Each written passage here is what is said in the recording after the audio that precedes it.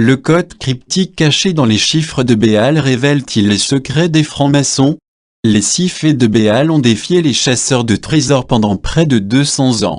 La déclaration d'indépendance était la clé pour retrouver l'or, l'argent et les pierres précieuses que Béal a enterrées près de Bedford, en Virginie. L'énigme des chiffres peut-elle être résolue? Un professeur de menuiserie a trouvé une solution mais pas le trésor.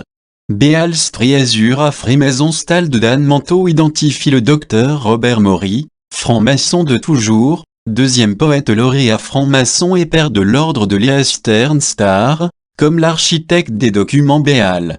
Le docteur Robert Maury et le comité de la correspondance étrangère ont rédigé les documents Béal. Que sont les 6 fées Béal? Les documents Béal sont le récit légendaire, quasi mythologique, d'un homme nommé Béal qui a quitté la Virginie pour se rendre au Colorado afin de chasser le bison en 1816 avec 30 autres hommes. On raconte qu'après que l'un des membres du groupe de chasseurs ait découvert de l'or en surface, l'aventure de chasse s'est transformée en expédition minière. Le trésor perdu des 6 fées Béal dit code et inscriptions mystérieux n'ont déchiffré les intrigantes sculptures de la chapelle Rosslyn. Selon le récit, Béal et ses hommes ont exploité les mines pendant plus de 2 ans et ont amassé des milliers de livres de minerais d'or et d'argent. Béal et quelques-uns de ses hommes sont retournés en Virginie à 2 reprises, enterrant des milliers de livres de minerais d'or et d'argent, ainsi qu'un assortiment de bijoux, à seulement 6,44 km de la ville de Bufordville, dans le comté de Bedford, en Virginie. Béal a laissé derrière lui 3 pages cryptées avec un aubergiste nommé Robert Maury. Les 6 fées de Béal parlaient d'un associé de Béal qui reviendrait à Bufordville avec une clé pour décrypter les pages cryptées et réclamer le trésor. L'associé n'est jamais arrivé. Les 3 pages cryptées sont décrites comme contenant l'emplacement du trésor, les noms des parents des mineurs et le contenu du trésor enterré. En 1885, les 3 pages cryptées ont été vendues au public sous le nom de Béal Papé. L'auteur de Béal Striazur à Freemasonstall, Dan Manteau, un professeur de menuiserie qui faisait une pause dans l'évaluation des travaux de mesure de ses élèves et qui cherchait une petite distraction, a découvert le mystère des papiers Béal sur Internet.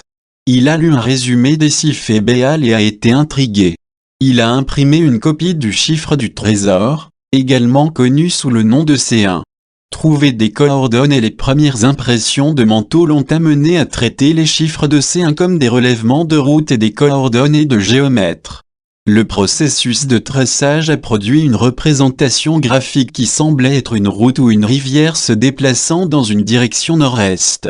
Fasciné par les résultats, Manteau a trouvé une carte de Montval, en Virginie.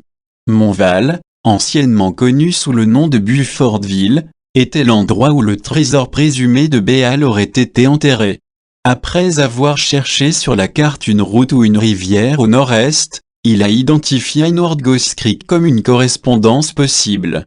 Comme plus de 180 ans s'étaient écoulés, il devait trouver une carte plus ancienne. Manteau a trouvé une carte topographique de Roanoke, en Virginie, datant de 1891, et a examiné de près la section Bufordville de la carte, qui a révélé une route correspondant presque parfaitement à la représentation graphique qu'il avait tirée du 6 fées Striazur. Manteau a reconnu qu'il était sur quelque chose et a conçu une méthode pour tracer avec précision les données de l'arpenteur provenant du cryptogramme du trésor sur la carte topographique de 1891. Manteau finit par reconnaître que les 3 pages cryptées, le cryptogramme du trésor C1, le cryptogramme résolu C2 et le cryptogramme d'énoncé 3, contiennent tous des coordonnées de géomètre. En traçant les coordonnées des 3 cryptogrammes, il a constaté qu'elles correspondaient précisément à 3 routes qui se croisent et convergeant vers un triangle équilatéral de la carte topographique de 1891 de Roanoke, en Virginie. Manteau a supposé que les coordonnées cryptées de relèvement et de distance devaient provenir d'un carnet de géomètre très probablement fourni par James Bayward, qui était l'imprimeur de Béal Papé, un franc-maçon et un géomètre de comté. Les Béal Papé indiquent que le code C2 a été résolu en transposant les chiffres de C2 en lettres à l'aide de la déclaration d'indépendance. La transcription du C2 parlait de minerais d'or, de minerais d'argent et de bijoux qui avaient été enterrés. Manteau a imaginé la possibilité que les chiffres des relèvements et des distances avaient une double fonction et pouvaient également être transposés en mots. Anagramme et acronyme. Il a décrypté les relevés des arpenteurs routiers et les numéros de distance en lettres en utilisant la déclaration d'indépendance. Cela a révélé plus de 30 anagrammes et acronymes à 4 lettres liés à la franc-maçonnerie. Les sigles OAT, MA, IOTA, Eton, WIF, VAJ, MAD, GAT, IST, INCA, IPS, FOR, IBIS, NAOS, SION, ORIO, EAA entrée d'apprenti ancien and accepted, ATRA American Templar Royal Arch et OBDT OBDI servant se retrouvent dans les numéros de route et de distance C1, C2 et C3.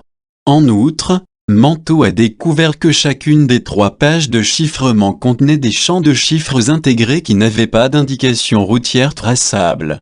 C1 contient un champ, C2 contient 3 champs, et C3 contient 2 champs. Les 6 champs intégrés sont situés symétriquement dans chacune des 3 pages de chiffrement. Des symboles maçonniques émergeant dans les 6 champs intégrés, Manteau a constaté la présence d'anagrammes de 4 lettres qui ont également des coordonnées de latitude et de longitude. Lorsque les coordonnées sont tracées, elles font partie de l'équerre et du compas franc-maçon. L'équerre et les compas sont situés dans le monde entier et relient des terres anciennes à ce que les francs-maçons revendiquent comme leur héritage. 5 des 6 champs incorporés contenaient de grands anagrammes relatifs au dogme maçonnique.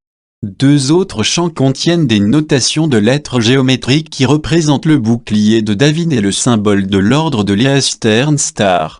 La preuve que le franc-maçon Dr Robert Maury est l'architecte des siffets de Béal est intégré dans le premier champ du NAMS siffet ou C3. L'anagramme bêta signifiant le deuxième en ligne a été localisé dans le premier champ. Les coordonnées de bêta s'étendent entre le Mississippi et l'Alabama, formant le bras gauche du carré des francs-maçons. Les coordonnées de la latitude et de la longitude de bêta dans le Mississippi sont situées à 2 miles de l'Eureka Masonic College, également connu sous le nom de Littlered Shoals. Eureka Masonic College est l'endroit où le Dr Robert Maury, son éducateur le plus célèbre, a créé l'ordre de l'Eastern Star, O. En 1884, 500 000 frères francs-maçons ont élu le Dr Robert Maury pour devenir le 2e poète lauréat franc-maçon. Par coïncidence, les Béal Papé ont été publiés et vendus en 1885. Le lien entre Robert Maury et l'eau a conduit à un document de l'eau intitulé An Elaborate History of the Order of the Eastern Star par Jean Kekenaston.